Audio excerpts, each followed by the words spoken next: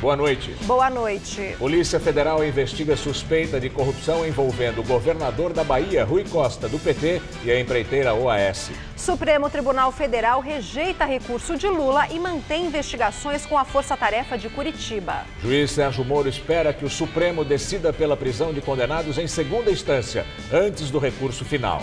Ibope mostra que 14% dos brasileiros aprovam o governo Temer e 39% desaprovam. Alckmin vive momentos de candidato em campanha, mas se nega a falar da eleição de 2018 e diz que é hora de superar a crise. 2 linhas da CPTM atrasam e só devem ficar prontas em 2018. Uma delas faz a ligação com o aeroporto de Cumbica.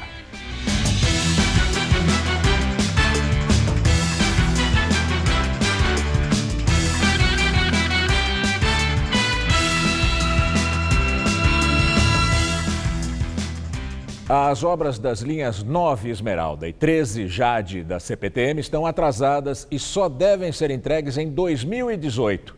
Quando concluídas, a linha 13 vai ter capacidade para transportar 130 mil pessoas e a 9, 110 mil passageiros por dia. Os trens já deveriam estar circulando no trecho desde janeiro.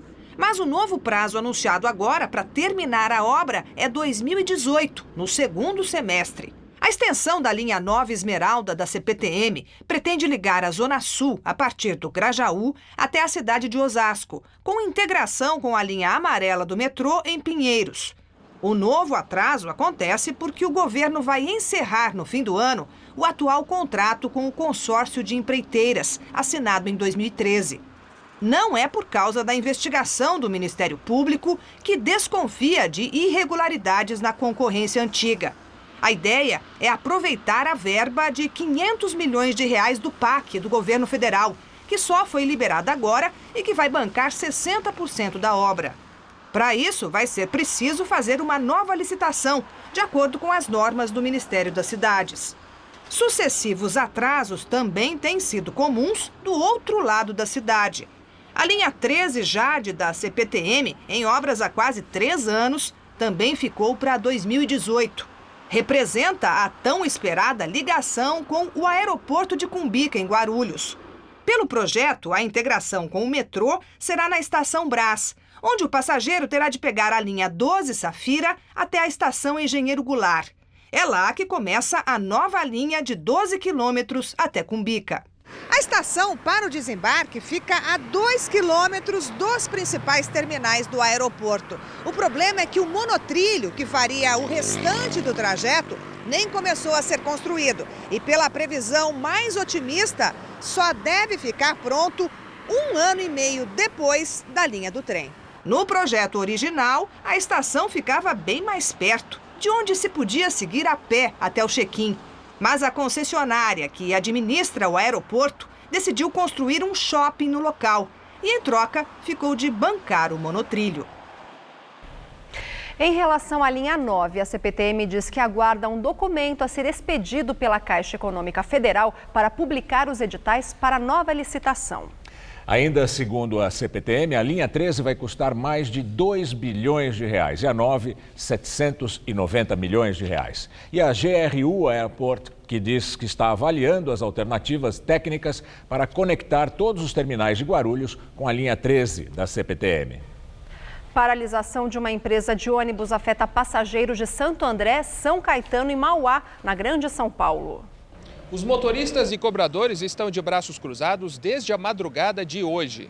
Eles reivindicam participação nos lucros das empresas. A paralisação afeta 7 linhas da empresa Auto Ônibus Santo André. Esses ônibus fazem a ligação entre o ABC Paulista e a cidade de São Paulo, passando pelos municípios de Santo André, São Caetano e Mauá. A empresa Aviação Ribeirão Pires, que atende a região, também está parada.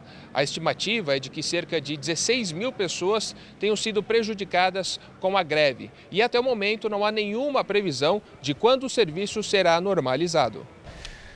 Em evento na zona leste da capital, o governador Geraldo Alckmin, do PSDB, afirmou que o foco agora deve estar na recuperação do país e não na eleição presidencial de 2018. Segundo Alckmin, o partido dele saiu fortalecido com a votação do último domingo. Alckmin estava acompanhado do secretário da Saúde, Davi Wippe. Esta foi a primeira agenda pública do governador depois das eleições municipais. E Alckmin acabou quebrando o protocolo.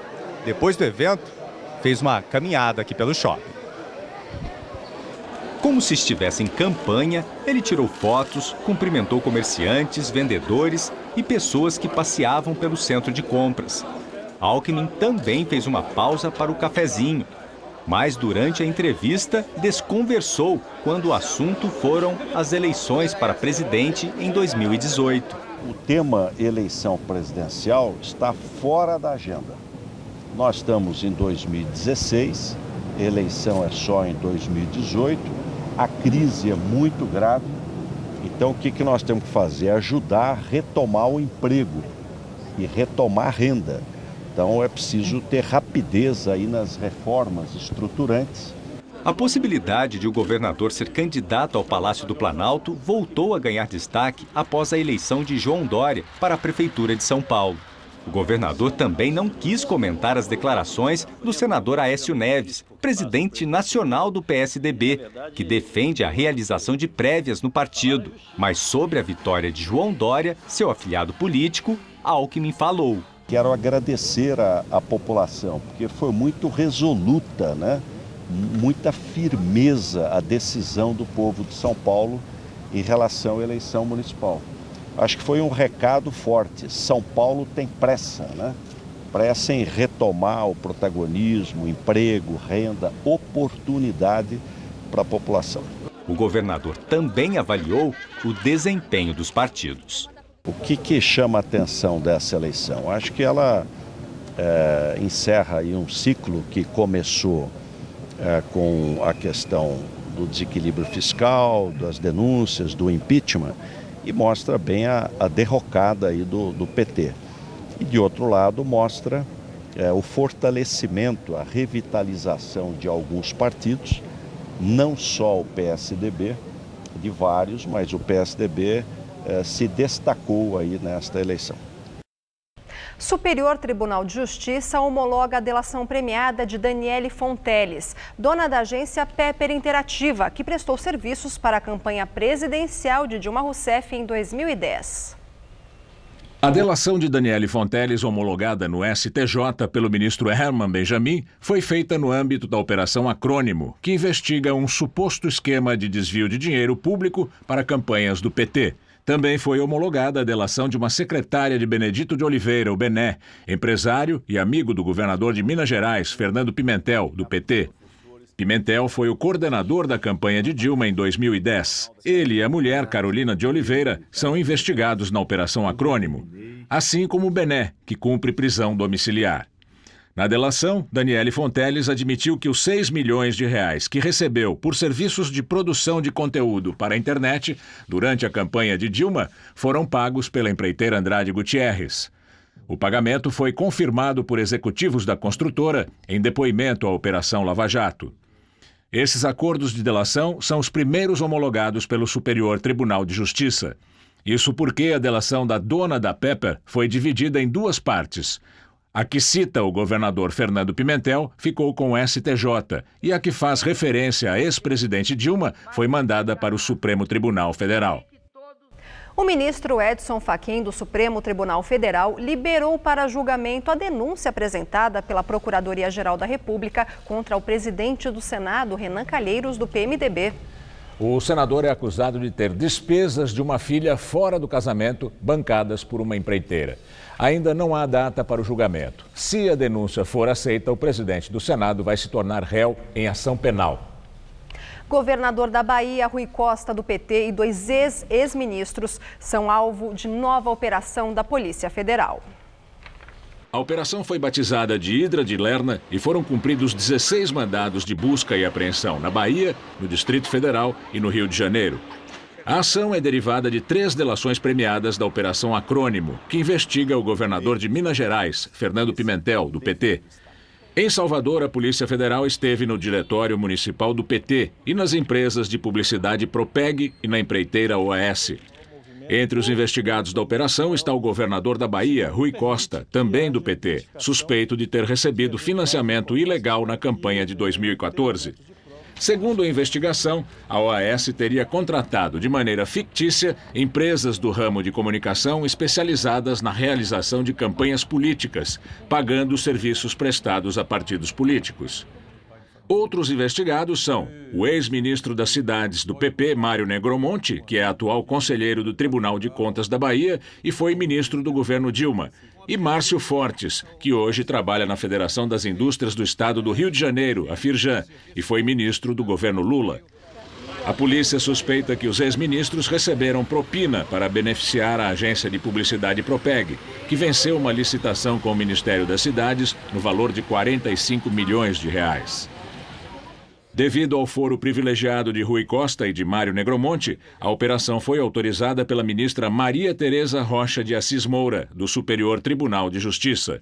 O nome da operação, Hidra de Lerna, se refere à figura da mitologia grega, que ao ter a cabeça cortada, ressurgia com duas cabeças. Segundo a Polícia Federal, a Operação Acrônimo, ao chegar a um dos líderes de uma organização criminosa, se deparou com uma investigação que se desdobra e exige a abertura de 2 novos inquéritos. Rui Costa afirmou que não vai se pronunciar. Mário Negromonte diz que na época citada na denúncia não era ministro e que nunca teve nenhum tipo de contato com funcionários da Propeg. O Ministério das Cidades informa que não recebeu nenhuma notificação sobre a operação da Polícia Federal, mas afirmou que está à disposição para colaborar com todas as informações necessárias. Márcio Fortes ainda não se manifestou.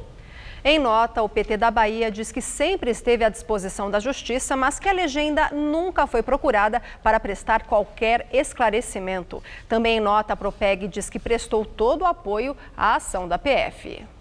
E agora vamos ao comentário de política com José Neumann e Pinto.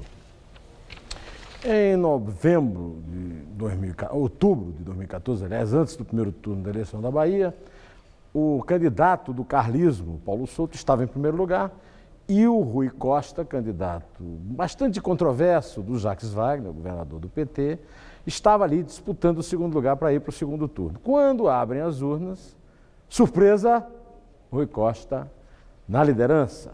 O jornalista Edelberto Aleluia, que estava no interior da Bahia, em Barra do Corda, me disse que circulava ali no interior a notícia de que helicópteros traziam dinheiro no dia da campanha para comprar votos. Eu não acreditei, achei que era fantasia demais. Até imaginei aquela coisa de helicóptero jogando nota para todo lado. Agora me vem aí a Hidra de Lerna, que primeiro me lembrou a minha infância. O Monteiro Lobato, falando dos trabalhos de Hércules, um deles foi cauterizar as cabeças da hidra, porque se cortavam a cabeça da hidra, surgiam 2. É o caso, né? Eu só quero agora também registrar uma outra figura importante da cultura baiana, Aninha Franco, escritora, que me contou que o Jacques Wagner sumiu do cenário. Ele acaba de assumir a presidência do Instituto Luiz Eduardo Magalhães, que é uma ironia, porque o Luiz Eduardo era filho de Antônio Carlos Magalhães, o maior inimigo do PT, e que o PT destruiu a obra dele lá. Essa história da Bahia vai dar muito o que falar, até porque o Rui Costa parece que se sente abandonado, diz que quem tem que responder isso é o PT, e o Jacques Wagner, desde o impeachment de Dilma, só se sabe que ele foi nomeado para o Instituto. Aliás, os outros suspeitos também aí, né, o Mário Negromonte está lá abrigado no Tribunal de Contas do Estado. E o Márcio Costa não, está lá no Rio de Janeiro. Mas eu só quero lembrar que hoje também o Ministério Público Federal da Bahia se recusou a fazer busca e apreensão no palácio, no gabinete do Rui Costa, o governador da Bahia. Bom, pertence ao Ministério Público Federal da Bahia, era o chefe desse ministério, o senhor Wellington César de Lima e Silva, que a Dilma nomeou para o lugar do Zé Eduardo Cardoso quando o deslocou para a Advocacia Geral da União. Eu não estou dizendo que nada é suspeito, que ninguém é suspeito, eu só estou lembrando isso. É apenas a ligação que esse ex-ministro, que não chegou a ser, né, uma espécie de viúva porcina do Ministério da Justiça, tinha com Jacques Wagner e o PT da Bahia. Eu volto aqui na quinta-feira, quem sabe a gente tem mais notícias sobre isso aí, né? Direto ao assunto. Em pé. O dia até começou com muita nebulosidade e chuviscos, mas à tarde tivemos períodos de sol e a temperatura até subiu. A máxima chegou hoje aos 21 graus, mas pode chover agora à noite. Vamos ver a previsão para amanhã com Mariana Armentano.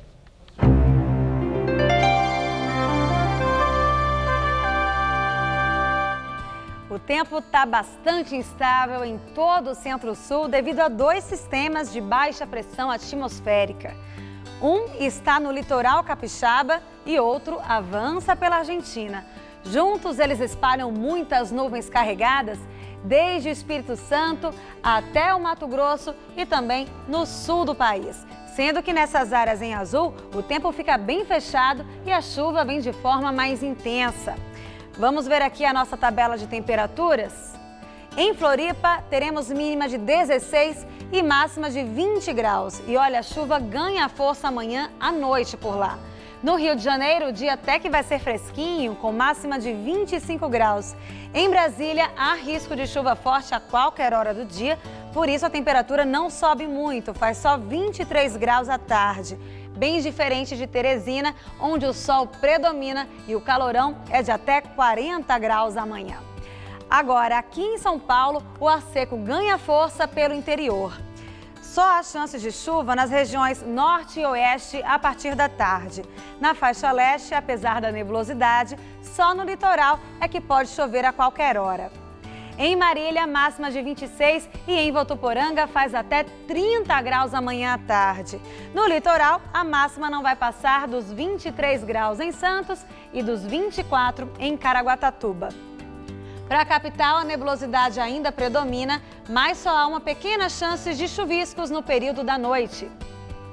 A quarta-feira vai amanhecer com 14 graus e à tarde a máxima fica em torno dos 23. Na quinta-feira, a temperatura sobe, faz até 27 graus, mas deve chover de forma isolada. Na sexta-feira, o tempo muda de novo e a temperatura volta a cair, ficando em torno dos 23 graus. Um dos furacões mais fortes dos últimos anos atingiu o Haiti, em direção a Cuba. Pelo menos 7 pessoas morreram e milhares de moradores foram levados para regiões mais seguras. As câmeras da Estação Espacial Internacional registraram o furacão Matthew sobre o Caribe.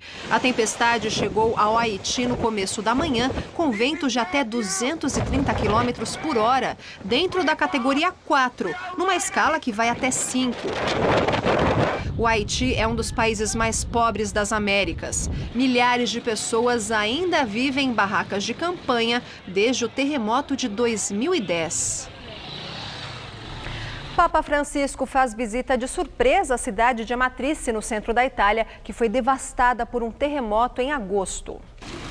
O Papa chegou de surpresa a Amatrice para se encontrar com as vítimas do terremoto de 24 de agosto. Quase 300 pessoas morreram e perto de 2.000 estão em alojamentos provisórios no centro da Itália. Mais de 5.000 construções foram afetadas ou totalmente destruídas. Francisco visitou a chamada Zona Vermelha, que ainda está interditada. Ele disse que não foi à região antes porque achou que nos primeiros dias de dor a visita seria mais um estorvo que uma ajuda. No dia do terremoto, o Papa cancelou a agenda, rezou pelas vítimas e enviou bombeiros do Vaticano para ajudar nos trabalhos de socorro.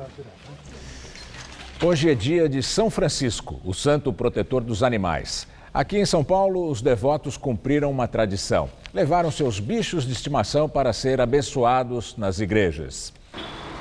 De raças, tamanhos e estilos diferentes, os convidados especiais chegavam com seus donos na igreja da Vila Clementino, zona sul da cidade. Então, todo ano a paróquia aqui faz essa missa, aliás é o dia inteiro.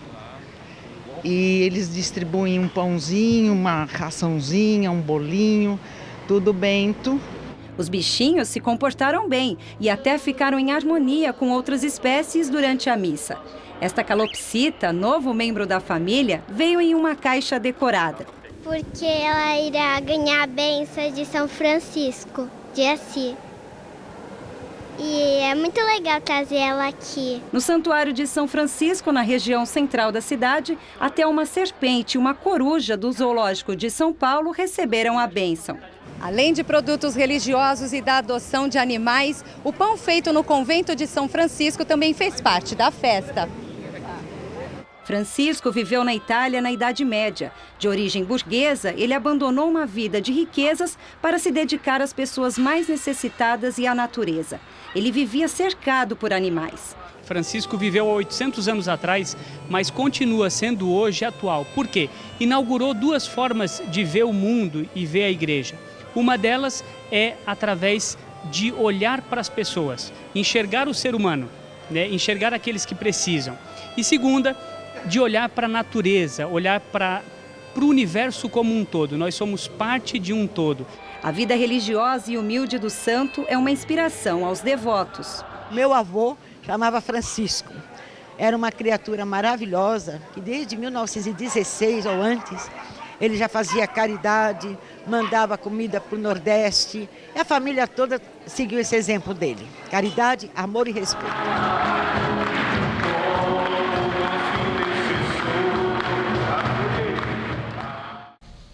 Pesquisa Ibope para a CNI, Confederação Nacional da Indústria, mostra a avaliação dos brasileiros sobre o governo Temer.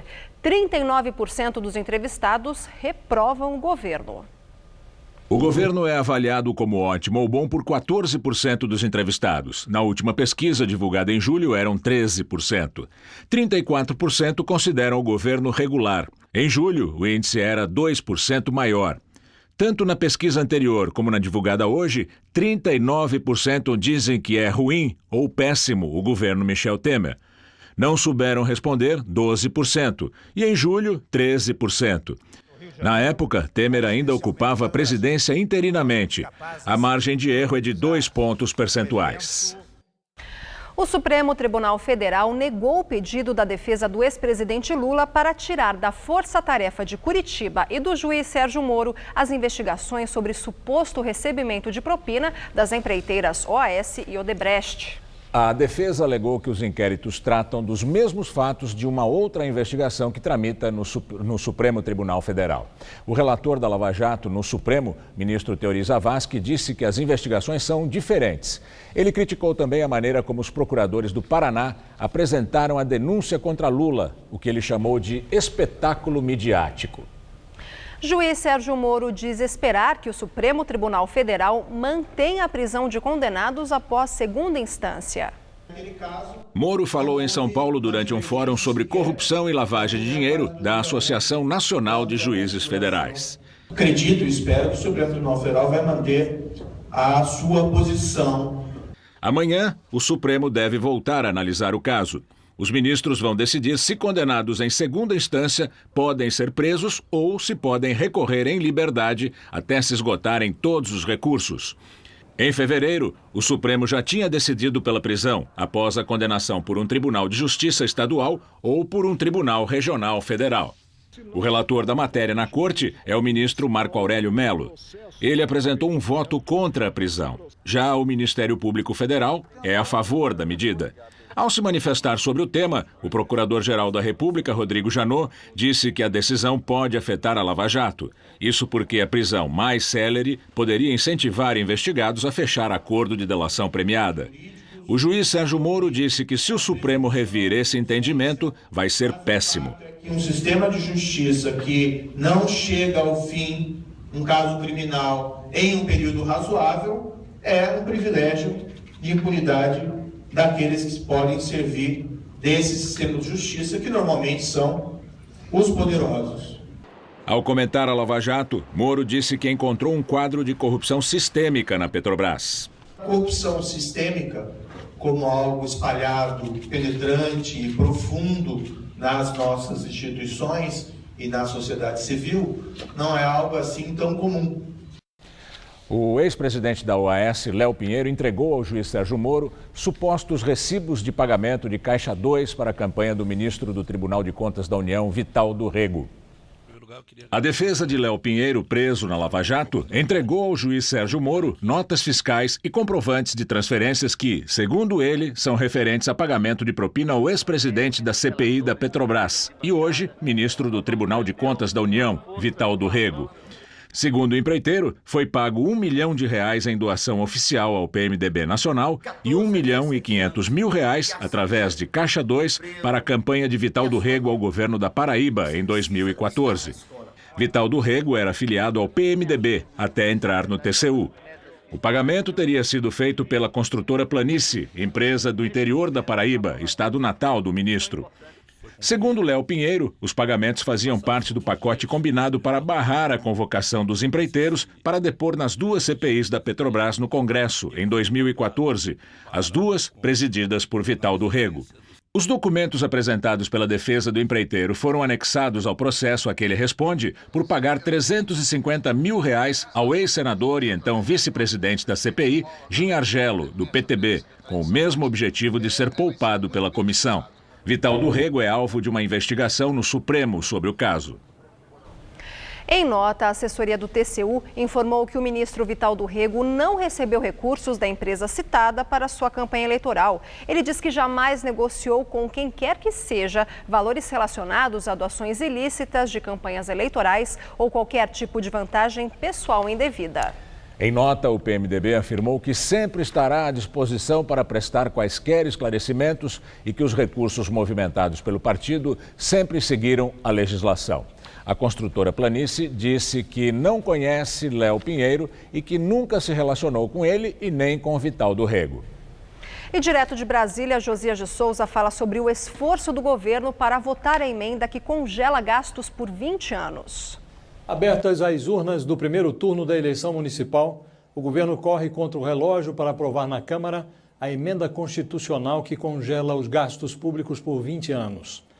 O relatório sobre a emenda foi lido hoje numa comissão especial.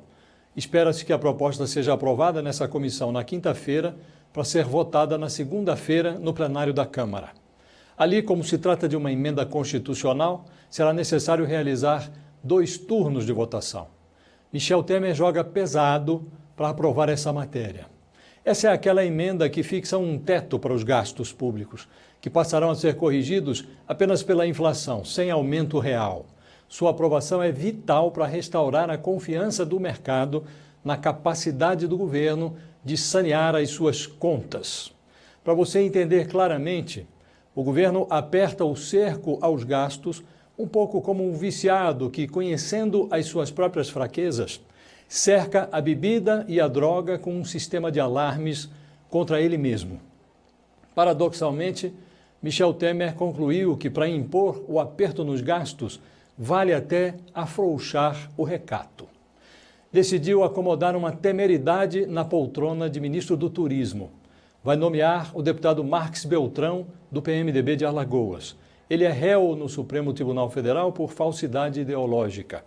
Foi indicado pelo multi-investigado Renan Calheiros. Alega-se que a nomeação renderá votos a favor da emenda do teto dos gastos.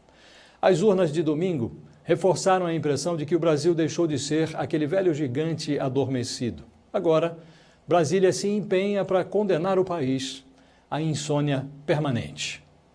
Boa noite. A produção industrial caiu 3,8% em agosto na comparação com julho. Segundo os dados divulgados hoje pelo IBGE, esta queda interrompe 5 meses de resultados positivos consecutivos e anula o ganho registrado nessa sequência de altas. Em relação a agosto de 2015, a produção recuou ainda mais, 5,2%. No resultado acumulado nos 8 primeiros meses deste ano, a perda é de 8,2%. Nos 12 meses encerrados em agosto, a queda é ainda maior, de 9,3%. Polícia da Turquia ocupa a sede de um dos principais canais de televisão pró-curdo em Istambul e interrompe a transmissão dos programas. Jornalistas e técnicos da emissora IMC-TV estavam na redação e na sala de controle quando os policiais interromperam a exibição dos programas. O canal foi retirado do satélite turco, mas continuava transmitindo seus programas online e por um satélite europeu. Na semana passada, a emissora recebeu uma notificação para encerrar suas atividades dentro da investigação sobre o golpe de Estado frustrado de 15 de julho. A decisão judicial envolve 12 emissoras suspeitas de vínculos com o Partido dos Trabalhadores do Kurdistão e, segundo o governo, de apoiar o terrorismo. O presidente da Colômbia, Juan Manuel Santos, reabriu o diálogo de paz com as Farc, as Forças Armadas Revolucionárias da Colômbia, e confirmou no cargo seu chefe negociador, Humberto de la Calle, depois do referendo que rejeitou o acordo com a guerrilha. Os ministros das Relações Exteriores do Brasil, Argentina, Chile, Paraguai, Uruguai e México manifestaram num comunicado conjunto que o resultado negativo do referendo na Colômbia não deve significar uma rejeição à paz. E agora vamos ao comentário de política internacional com João Batista Natali. O comportamento dos eleitores da Colômbia pode parecer suicida. Eles rejeitaram no domingo por 0,4% o acordo de paz negociado durante 4 anos entre o governo e a guerrilha. Podemos então nos perguntar o seguinte: como é que um país é capaz de votar contra seus próprios interesses? Acontece de vez em quando. Em junho, os britânicos votaram pela saída da União Europeia e, com isso, podem ter jogado no lixo um futuro de prosperidade econômica.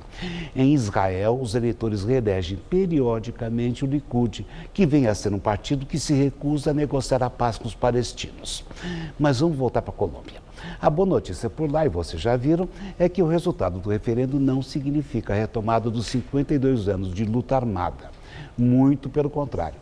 Os envolvidos querem manter o cessar-fogo e partir para novas negociações. O governo do presidente Juan Manuel Santos já designou seus negociadores. Eles serão chefiados pelo ministro da Defesa, que hoje de manhã sugeriu que todos recomecem imediatamente a conversar.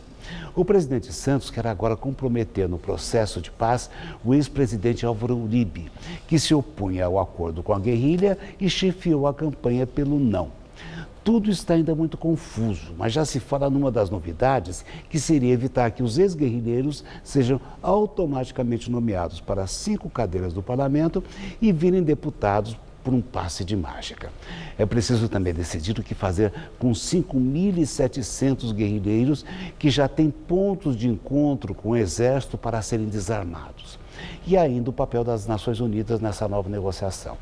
O ponto positivo de toda a confusão é o seguinte: a reprovação dos acordos pelos eleitores não significa a volta ao estado anterior de beligerância, com a guerrilha mais uma vez se misturando com os produtores de traficantes de cocaína. A Colômbia é um grande país, um país dinâmico, merece a paz e todos nós deveríamos torcer para que tudo dê certo. É assim que o mundo gira. Boa noite. 3 cientistas britânicos ganharam o Prêmio Nobel da Física. Eles desenvolveram pesquisas sobre a chamada matéria exótica. As descobertas podem levar a avanços na eletrônica. David Tools, Duncan Haldane e Michael Kosterlitz começaram os trabalhos nos anos 70 e hoje trabalham em universidades dos Estados Unidos. Eles vão dividir o prêmio pelas descobertas sobre fases exóticas da matéria, que acontecem, por exemplo, em supercondutores. Os cientistas estudaram as fases da matéria em temperaturas extremamente baixas, quando ela se transforma e se comporta de maneira inesperada, e novas propriedades da física quântica podem ser melhor observadas. Para tentar explicar um conceito tão complexo, um dos membros do Comitê do Nobel mostrou 2 pães, um bagel, que tem um buraco, e um pretzel, que tem 2 buracos. Deu fome, mas não deu para entender. Aumentou a distância no Brasil entre escolas públicas e particulares no ranking do Enem, o Exame Nacional do Ensino Médio divulgado hoje. No universo de 1.000 escolas com as maiores notas no exame, só 49 são da rede pública. No ano passado eram 93. Os dados são do INEP, o Instituto Nacional de Estudos e Pesquisas Educacionais, um órgão ligado ao Ministério da Educação. O INEP divulgou o resultado das notas de quase 15.000 escolas públicas e privadas do país. Considerando o resultado das provas objetivas, excluindo redação, os dados apontam que o desempenho do ensino público piorou. Das 100 escolas com maior nota média no Enem, 97 são privadas. Em relação à formação dos professores, 68 das 100 escolas com as piores médias não têm nem metade dos professores com graduação ou curso na área em que lecionam. Já entre as 100 escolas com melhores médias, apenas 6 têm mais da metade dos professores sem formação especializada. 30 das melhores escolas estão no estado de São Paulo.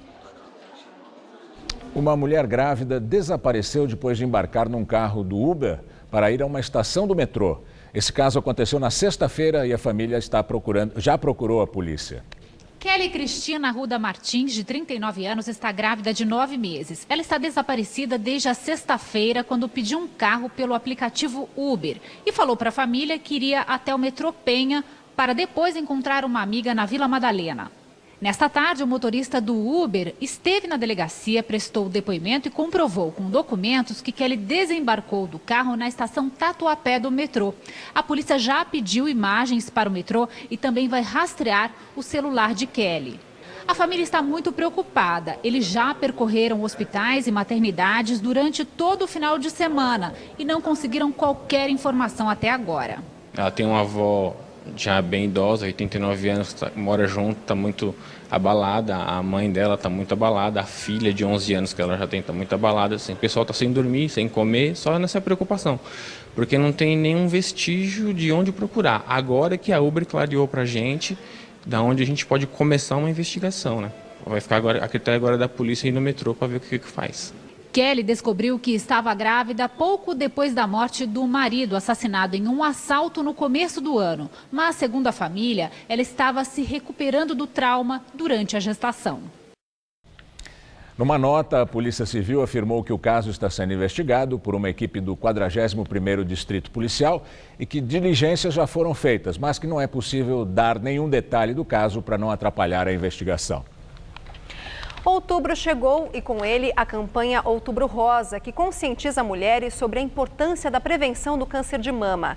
Em São Paulo, 2 projetos diferentes oferecem exames gratuitos em carretas itinerantes. Há um ano, a dona Josefa fez uma mamografia na rede pública, mas o que era para ser um simples exame de rotina virou um exercício de paciência. Mais de 2 meses para você conseguir a vaga com o ginecologista, com o médico, e mais de 2 meses para conseguir fazer um exame. É muito lento o processo. Hoje, ela e outras mulheres tiveram uma experiência diferente. Se inscreveram pela internet e realizaram exames gratuitos em uma carreta móvel, na frente do estádio do Morumbi. É muito bom, né? Se pudesse ter em vários bairros, né? Assim, não tão próximo, né? Mais ou menos a cada 10 quilômetros, que assim todo o pessoal do bairro ia fazer, né? O projeto de saúde preventiva faz parte do Outubro Rosa e é custeado pela Federação Paulista de Futebol com apoio de 2 ONGs. Além do Morumbi, a carreta ficará no entorno de outros estádios como o Allianz Parque do Palmeiras e a Vila Belmiro do Santos. Também serão promovidas ações durante as partidas de futebol. Durante as partidas vai ter uma passagem de faixa. Tem alguns vídeos que estão sendo gravados pelos jogadores do clube, que também vão passar lá no estádio. E a gente vai fazer a entrega de uma rosa para os torcedores, com uma tagetzinha. E nessa tagetzinha está escrito para ele entregar essa rosa para sua mãe, esposa, irmã, com um recado que ele a ama, para ela entrar no site e fazer o cadastro para fazer o exame de prevenção contra o câncer de mama. O governo do estado lançou hoje outra campanha que faz parte do Outubro Rosa. São 4 carretas que já percorreram 120 municípios de São Paulo desde 2014.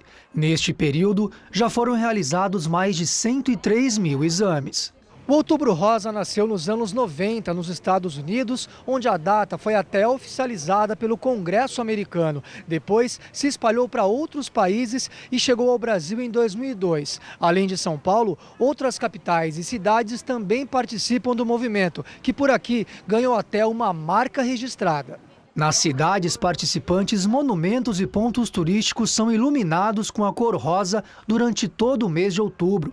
O câncer de mama é a principal causa de morte por tumores em mulheres no Brasil e em São Paulo. Depois do exame nas carretas, quem precisar já é encaminhada para o tratamento nos hospitais conveniados. Os exames são de mamografia e tendo a necessidade de exame complementar de ultrassom.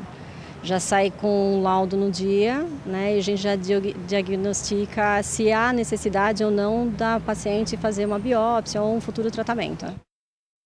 A nova composição da Câmara Municipal de São Paulo, na entrevista do dia com Maria Lídia Flandoli. Entrevisto a vereadora do PPS, Soninha Francini, de volta à Câmara Municipal de São Paulo, eleita com 40.113 votos. Parabéns, Soninha, por a sua eleição. Obrigada. É uma bela votação. Faz tempo que eu não ganho eleição, né, Não, e você vê que a persistência traz resultado. Muito boa sorte. Muito obrigada. Bom, vamos então assim começar exatamente com essa nova composição da Câmara, que tem passa uma renovação de 40%, 22 novos vereadores, nomes antigos, consagrados, muitos até com atuação interessante, mas não foram reeleitos. Vimos isso e o destaque para as mulheres, né? 11 mulheres vereadoras, que é uma coisa que também chama a atenção, que equivale a 20% das cadeiras da Câmara. Eu quero ouvir de você, se você identifica um avanço político nessa nova composição da Câmara de São Paulo. Identifico, mas não só pelo fato de haver novidades, porque as novidades podem ser ruins, né? Às vezes tem alguém eleito pela primeira vez, mas que faz parte de uma tradição, né? De uma linhagem, de uma dinastia, que tem ali o seu curral. E não é o caso. Tem muita gente que entrou agora e que realmente vem com uma visão diferente do papel do vereador, do que deve ser promovido, cultivado mesmo no legislativo. Quer dizer, não é aquele vereador do buraco na rua, como a gente costuma dizer. Não é o vereador que vai resolver alguns problemas pontuais.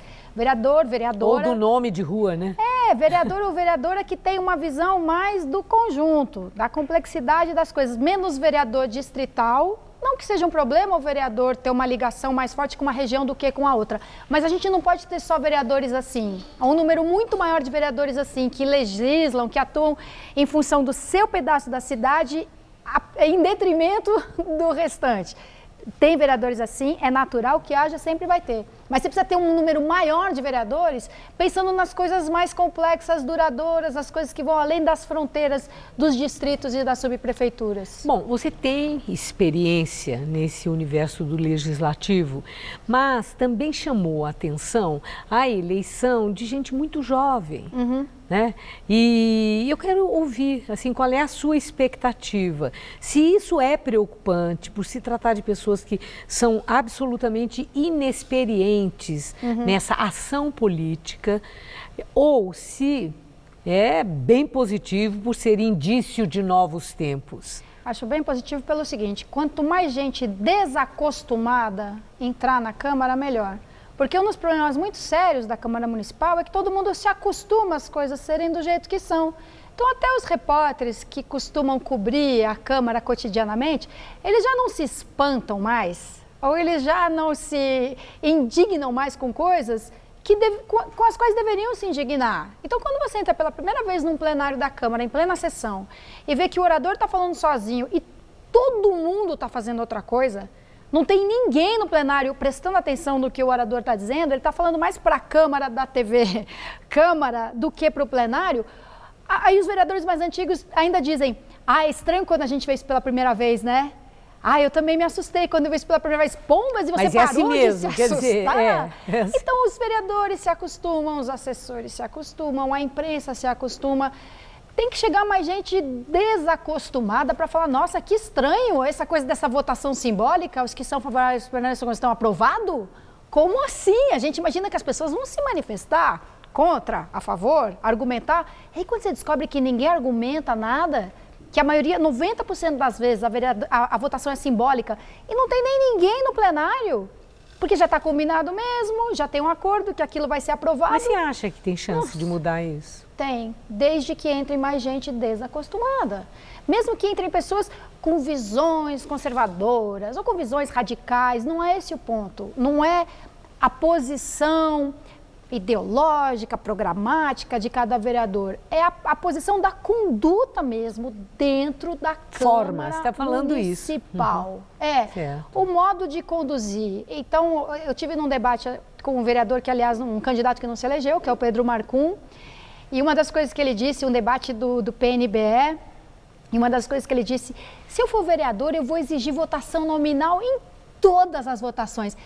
Uma coisa que parece tão banal, mas que faria toda a diferença no mundo. Sim. No mínimo, você teria realmente que ter uma maioria de vereadores presentes. Olha que coisa E para isso inusitada. é necessário o quê? Aí para esse tipo de exigência é via projeto ou isso é uma coisa normativa de regimento? Você até poderia mudar o regimento, mas para isso você teria que conquistar a maioria para fazer qualquer mudança no regimento.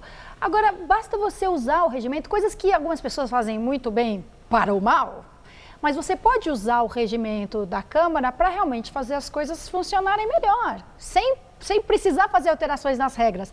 Usar as regras com mais decência já faria uma grande coisa pela Câmara. Agora, Soninha, como é que você decodificou o recado do elevado percentual dos votos brancos, nulos e as abstenções em São Paulo? 38%.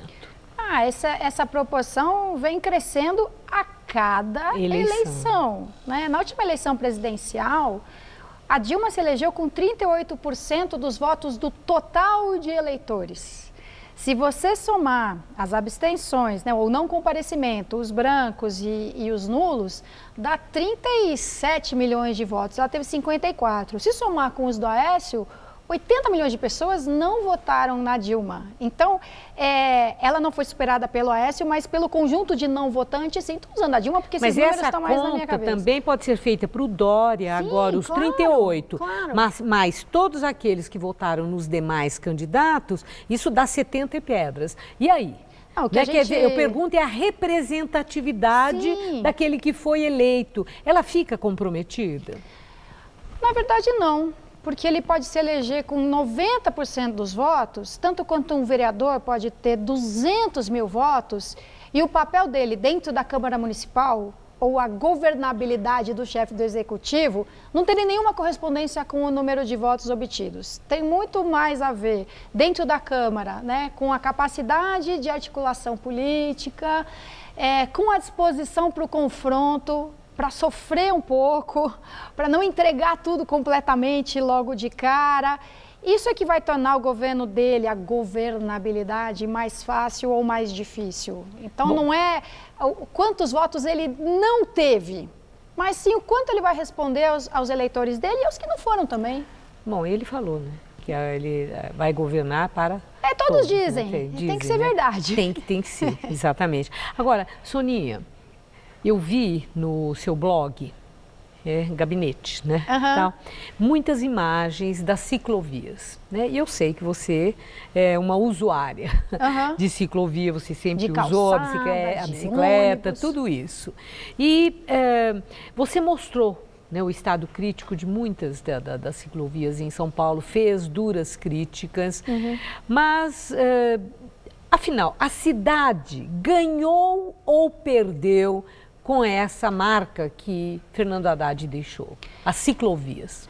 Eu acho que os ciclistas, por incrível que pareça, mais perderam do que ganharam. Porque é o seguinte, a gente vinha na construção de uma cultura favorável ao compartilhamento do espaço público. Então, a gente vinha advogando em favor da convivência possível, desejável e necessária entre os veículos motorizados, as bicicletas, os pedestres, o transporte coletivo, o transporte individual.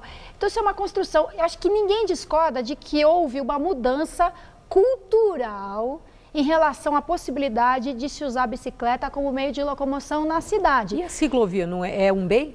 O problema foi o modo como elas foram feitas, que acabaram trazendo aversão à bicicleta. Pelo simples fato de elas serem implantadas sem diálogo, de uma maneira autoritária, sem planejamento. Quer dizer, quantas pessoas na cidade têm o direito de dizer para que fizeram uma ciclovia aqui?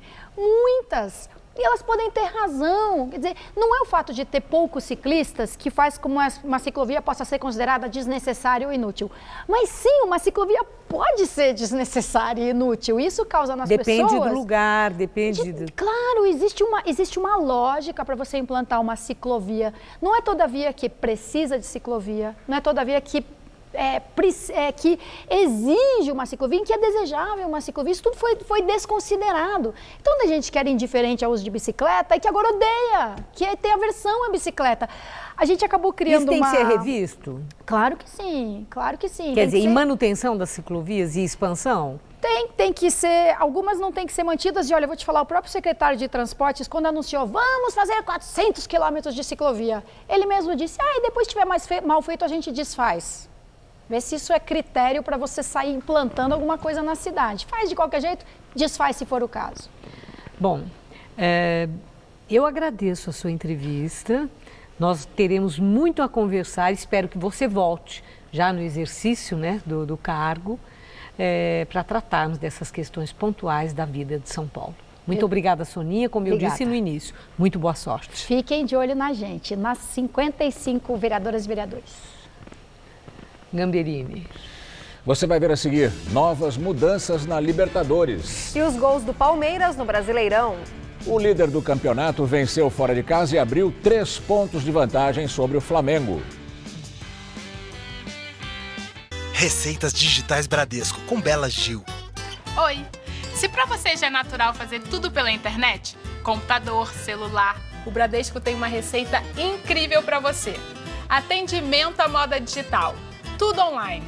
Você pode falar com seu gerente em horário estendido, tirar dúvidas com consultores de investimentos, sem precisar sair de casa. Tudo à moda digital. Experimente! Bradesco, digital ao seu gosto.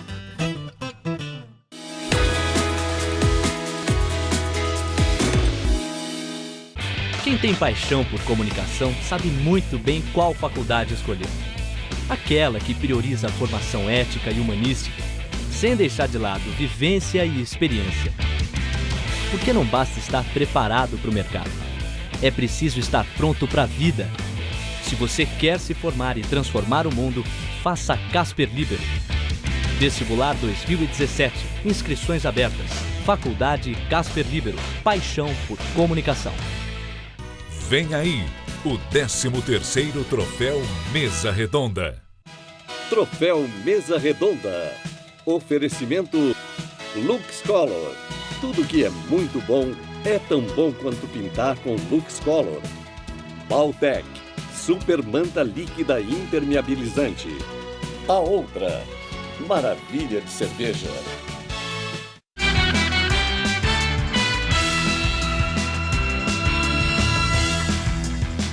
Agora as notícias do esporte, com Luciana Magalhães e Celso Cardoso. O Palmeiras deu mais um passo importante rumo à conquista do Brasileirão. Boa noite, Celso Cardoso. Boa noite, Luciana. Pois é, faltam ainda 10 rodadas, mas o Palmeiras não tem dado a menor chance para os rivais. O Flamengo colou, pedindo passagem, mas o Verdão não se apavorou e abriu distância. Venceu no Recife e confirmou a condição de maior favorito para ficar com a taça. Veja os gols. No Mundão do Arruda, Zé Roberto tabelou com o Eric e tocou com extrema categoria por cima do goleiro para fazer Palmeiras 1, Santa Cruz 0. O jogo ficou ainda mais intenso depois do intervalo.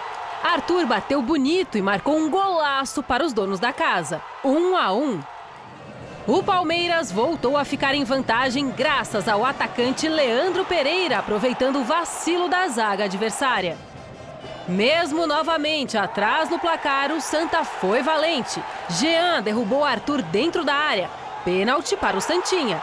Grafite correu para a bola e empatou o jogo mais uma vez, 2-2. E quando tudo parecia resolvido, Roger Guedes recebeu o cruzamento de Cleiton Xavier e definiu a partida.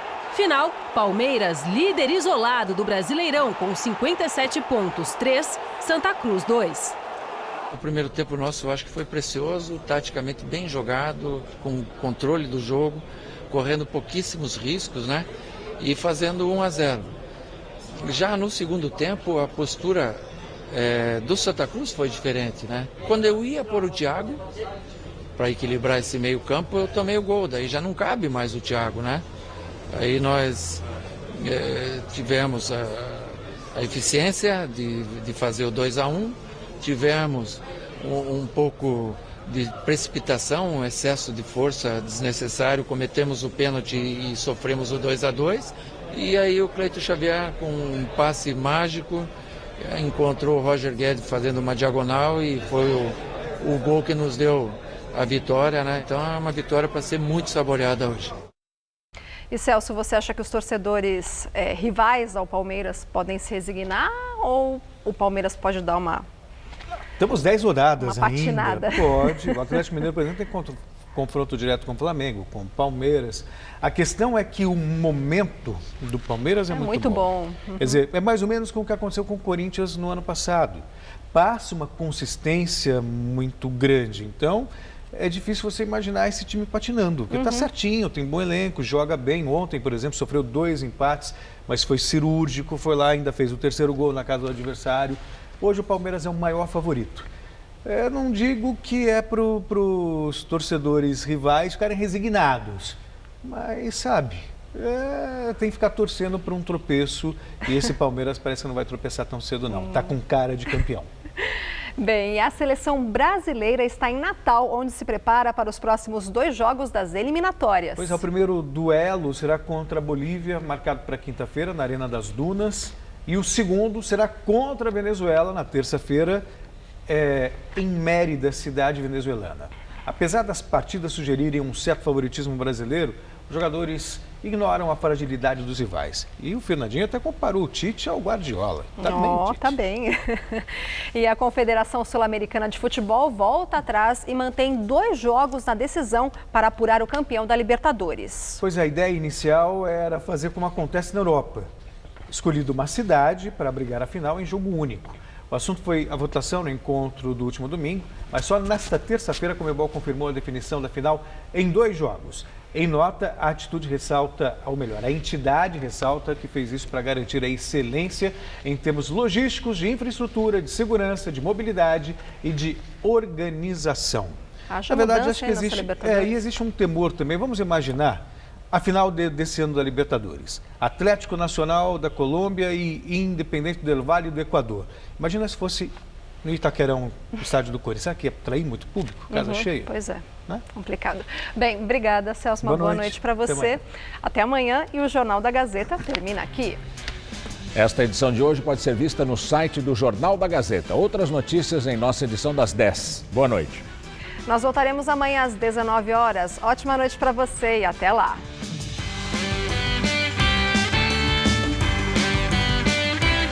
Unifom recebe a cantora Carmen Monarca no Todo Seu, hoje, 10h30 da noite.